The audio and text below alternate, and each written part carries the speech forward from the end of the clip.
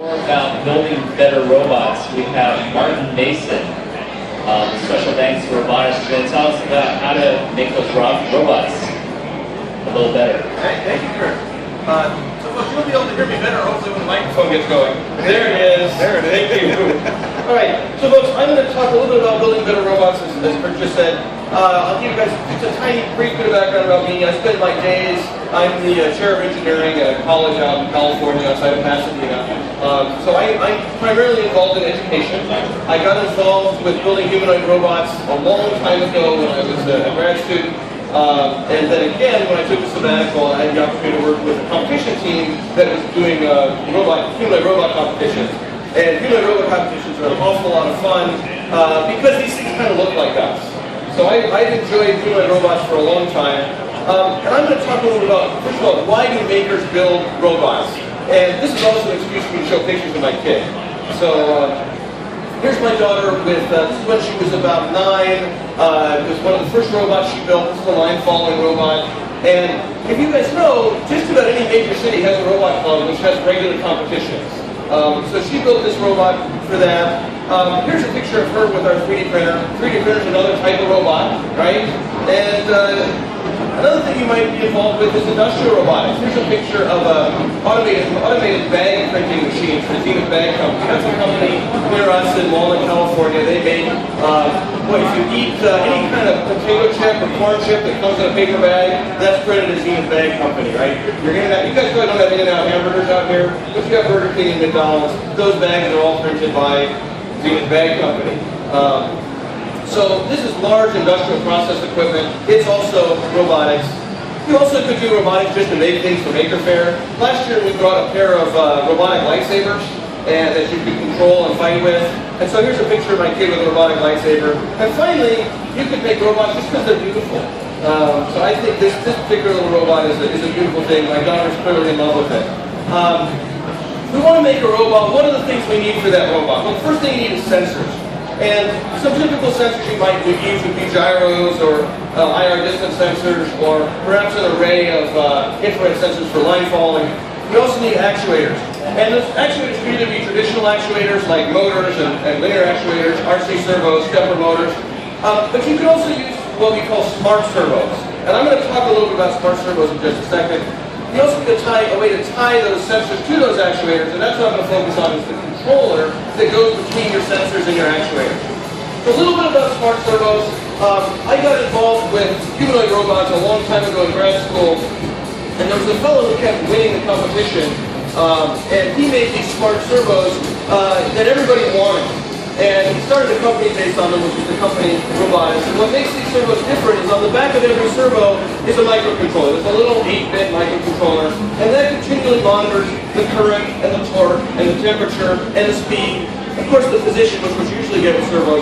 But it lets you do your PID directly in the servo, so you have a tremendous amount of control over exactly what that motor is doing at any given time. And the other thing about them is, you can see from that last picture, these servos are serial. So you can have a lot of them on a single wire. So we're using an 8-bit protocol, so you can have 255 servos on a single bus. The microcontroller I'm going to talk about has 3 of these serial buses. You can have 750 and change servos on a single robot. I've never seen 750 servos on a robot, but these little robots you're seeing here today have 16 servos on them, and if we were running pulse width modulation, we'd have problems with timing and collision and just the sheer number of wires we need to make that work. So the microcontroller I'm going to spend a lot of time with, here's a picture of it. It's called the OpenCM904. It's called open because the open source movement is still around, right? Still a lot of people very interested in it, including us. And what we did is we took the processing IDE that Arduino uses, and we ported it to run on this particular chip. This is an ARM M3 based board. As you guys know, ARM is in what's in most of your cell phones, right? And the ARM M3 is a low power 72 megahertz microcontroller. And this particular chip, we brought pins out. We wanted to keep the board small. There's 64 I/O pins on this chip, and we only brought out 40 of them just to keep the board a reasonable size. So you've got 10 analog I/O, you've got about 20 digital I/O, and then you've got some pins that we're using for specific buses, your I2C and your SPI and your CAN bus and so on. The other thing that's special about this is we put in specific connectors to run these smart servos, right? And they're really just connectors for a TTL serial bus. But we put the connectors right on the board to make it easier, and put a few other peripherals to make these easier to use. I like tables, so I threw a quick table up here. I ran benchmarks of this board versus the standard Arduino Uno. And looking at this, you see it's anywhere from about 6 to 100 times faster. And that's because it's a 72 megahertz ARM 32-bit processor instead of an 8-bit AVR processor.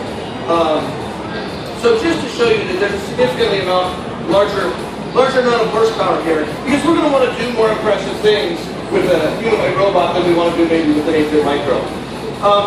The real thing that gets to using any of these things is the programming. And that's what I want to emphasize.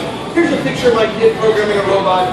And I'm going to show you this. I like this slide because I'm showing you the Arduino IDE right here. It's blue. Here's a picture of the MSP430 IDE, which is a project using the TI microcontroller. It's exactly the same except for red. Here's one that's green. It's the Maple IDE. And here's ours, which is gray. And the thing you notice is every code sample that we used is exactly the same, right? If you know Arduino, you can do this. How many of you guys have heard of Arduino or used it before out there? Right? So the idea is, that's got the mind share, we might as well go with it. So what I'm going to do is I'm going to take you through some simple demonstrations of how we use this. We're going to drive a Dynamixel motor right now, and we've got 4 ports that we can be using to drive these smart servos. And you can attach a daughter board like you can do with an Arduino. And the reason for the daughter board that we have is to drive the EIA485 servos. A lot of industrial control stuff uses a 485 bus instead of a TTL bus or an RC232 bus. So since a lot of the product line, these servos are very small, but the servos get bigger and bigger and bigger for industrial machines, and you want to use a real differential protocol to drive them. So if we switch over to the camera here, you guys are going to see that I've got here's the board, right? There it is in real life. And here's a servo that's just plugged right into that board, okay? And what I'm going to do is we're just going to go through the steps in programming this, and I've got to remember always to switch back to the screen so you can see what I'm doing here. And if you guys can see this code window, and I apologize the text isn't that big, but hopefully you can see it somewhat.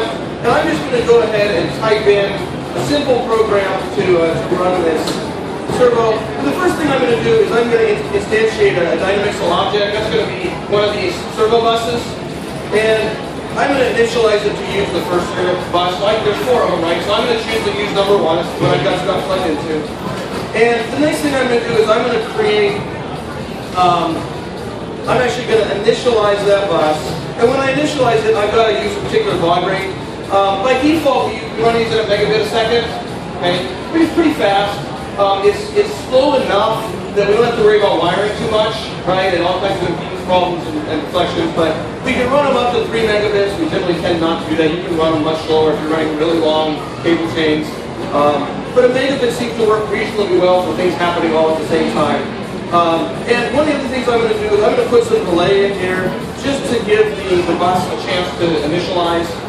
And then in my loop, what I'm going to do is I'm going to use just some of the basic API commands. And I'll show you guys what those are. But a logical one is set position. That's going to set the position of the servo, and it's going to hide a lot of stuff under the rug. So I'm going to, first of all, address my servo ID. I pulled this. You guys can see, here's my robot. It's missing the arm. Here's the arm over here.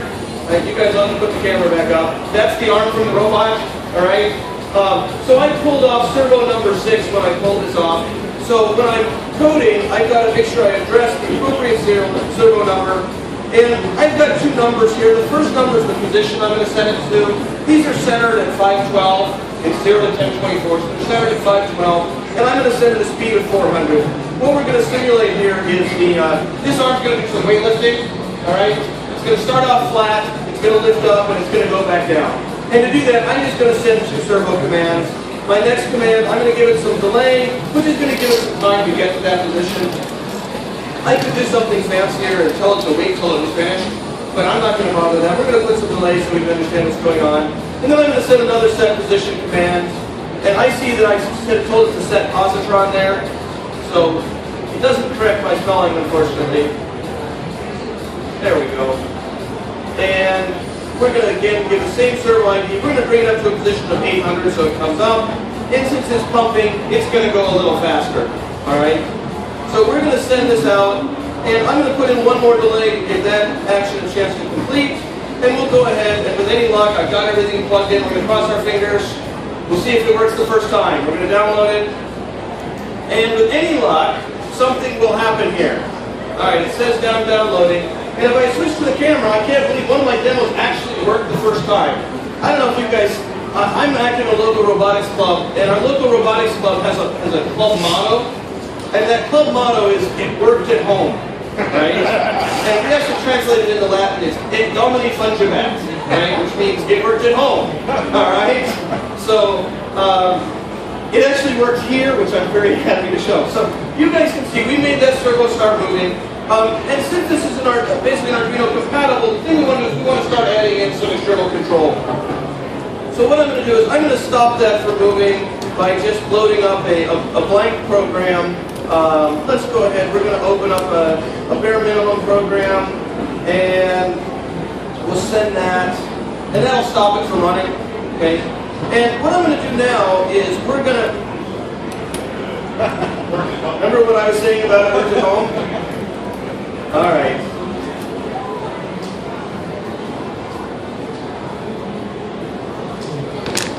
Okay, good. Now it's stopped. All right. So what we're going to do now is we're going to go ahead and add in an analog input. Okay. We said there's 10 analog inputs in this board. I'm just going to connect up a potentiometer that I've got right here, and I'm going to connect this potentiometer into this board. It's a potentiometer. It's a 1K or a 10K pot. I don't remember. I'm just going to connect it to the voltage divider. Okay. So I'm going to plug one lead into the 3.3 volt rail. I'm going to plug the other outer lead into ground. And I'm going to connect the middle of the pot to the input number 1 here, just like this. I don't know if you guys can see. You can see I'm doing something here, right? And I've connected this pot up. So what this is going to do is it's going to give me a value between 0 and 3.3 volts on that pin. And since this particular input is 3.3 volt input, that'll let me go to the full range of the analog input. So what I'm going to do now is we're going to just change the code we had before. And here's that code we had before. I'm going to go ahead. We've got to first of all tell it that pin is an input pin. Okay. And if I want to tell it that pin is an input pin, then I've got to do a pin mode command. Let's go ahead. There we go. So we're going to do pin mode, and we're going to tell it this analog pin 1, and then it's an input analog. And what that's doing is it's setting there's internal resistors you can turn on and off for the pins, right?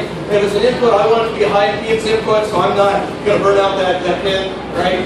So this is a smart thing to do. So we're going to set those internal resistors to be on, and then I'm going to go ahead, and in my set position command, I'm going to get rid of that second one, and I'm just going to change the first one, so it's going to put in the value of this analog input. So I'm going to do an analog read, and I'm going to read that pin. Now I'm going to take the value and I'm going to divide it by 4. And the reason I'm dividing it by 4 is it's a 12-bit DAC, or 12-bit ADC we're using, right? And so I want to scale that back down to the range of 0 to 1024 that I've got, okay? So I'm just dividing by 4 to scale my values to fit into the appropriate range. I'm going to slow this down so it doesn't jerk around like crazy. And finally, we're going to set the delay to be a little shorter so we can see things kind of move at a human rate. Okay? So we're going to go ahead and we're going to program it again. With any luck, okay, that looks promising. Switch back to the camera. So I've got my, I can see, okay, see, there we go. It always happens. I can see what I did is my servo, I was driving the servo into the table, and it started flashing, which meant torque limit override, and it shuts itself down, right? What you don't want to have happen is the servo to self-destruct, which RC servos will happily do, right? So this one is smart enough that if it goes over current for too long, it'll shut the servo down. What do? I'm going to unplug it, I'm going to plug it back in again, and with any luck, we'll get things to come back to life here. And we'll go ahead, we'll download that sketch again. Okay? And hopefully, we're going to see, come on. Okay, now that's twice, right? I warned you guys at the beginning. So we know everything's kind of working the way it's supposed to. Now one of the things I always need to do is make sure I plugged it into the right pins on the board. And I did. So instead of connecting it to the 3.3 volt rail and the ground rail, I connected it to the ground rail and some random digital pin. That's not going to work, right? So I'm going to move my pins back, and that's what you get for doing this stuff in demos. Oh, and I better make sure that my analog pin is plugged into the right spot. I'll plug it in one more time. This time, it's going to be amazing, right? And we'll go ahead and download again. With any luck, we're going to see this thing do what it's supposed to do. Aha! All right. Can you guys see that at last? I am in control! All right. So I am controlling this arm to move up and down using this potentiometer. I feel like that's a victory right there, right? Okay. So that was relatively easy as long as we plug the pins into the right spots, right? And I think the next thing we might want to do is, and I got to demonstrate that these servos are smart enough to shut themselves down. I meant to do that, right? Okay. So what I'm going to show next is we're going to hook up an ultrasonic sensor. And when we hook up this ultrasonic sensor, this is now a digital sensor. And what I'm going to say about this is that, first of all, I'm going to look at the board while I plug it in this time, right? And when I went to use this, you know, there was no handy library for connecting an ultrasonic sensor to this particular board. So I had to make a library. So how did I make an Arduino, how did I make an OpenCM9 library to run the ultrasonic sensor? What did I do? Any ideas? What's that? What was the question? There's no library for this ultrasonic sensor for this board, right? And I need to make one. So what am I going to do? Yes. Did somebody say, get an Arduino library, right? Yes. And that's exactly what I did. So I got an Arduino library, you cut, you paste, you know, of course, in this case I really didn't have to change anything because they're not using any timers for the library. If they were using timers, the timer relationship were a little bit different, but a lot of the libraries will work straight out of the box if they're just banging pins and that sort of thing. So I just took an Arduino library and changed the names to fit into the particular namespace I was using. So I'm going to go ahead, I'm going to connect this board up, and we're going to power our ultrasonic sensor. And many of you guys that use these sensors, they just use 3 pins. They've got power and ground, and then they've also got a trig and an echo pin, okay?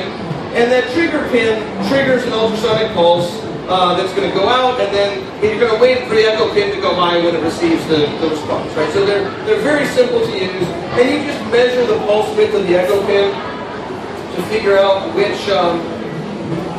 how long the signal's been out. And I want to make sure I plug this into the right pins the first time. And I'm even going to check in my code to make sure that I matched up. So I plug this into pins 8 and 7. And it says the trig is supposed to be 8, 7 is supposed to be echo. And I've got trig plugged into 8.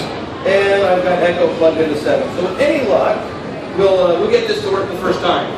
So I'm going to go ahead. We're going to modify our code a little bit here. So that the same exact motor control code, we're just going to change it so that instead of looking at that analog input, we're now going to look at this ultrasonic sensor. I've got to do a little bit of work. I should have brought my mouse, I think, right? I got to do a little bit of work to initialize the ultrasonic sensor. And what that includes is first, I've got to include the library that really is just that Arduino library we talked about. Screen streets, please. What's that? Screen streets. Oh. One more time? Oh, so sorry about that. Alright, so since this is C, I've got to remember to use include instead of import like it was Python. So we're going to include that library, and you guys can help check me for typos as I go. The name of the library is ultrasonic.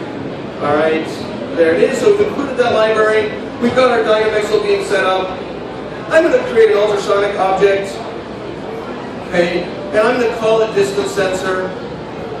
And it's going to be on ports 8 and 7 for trig and echo.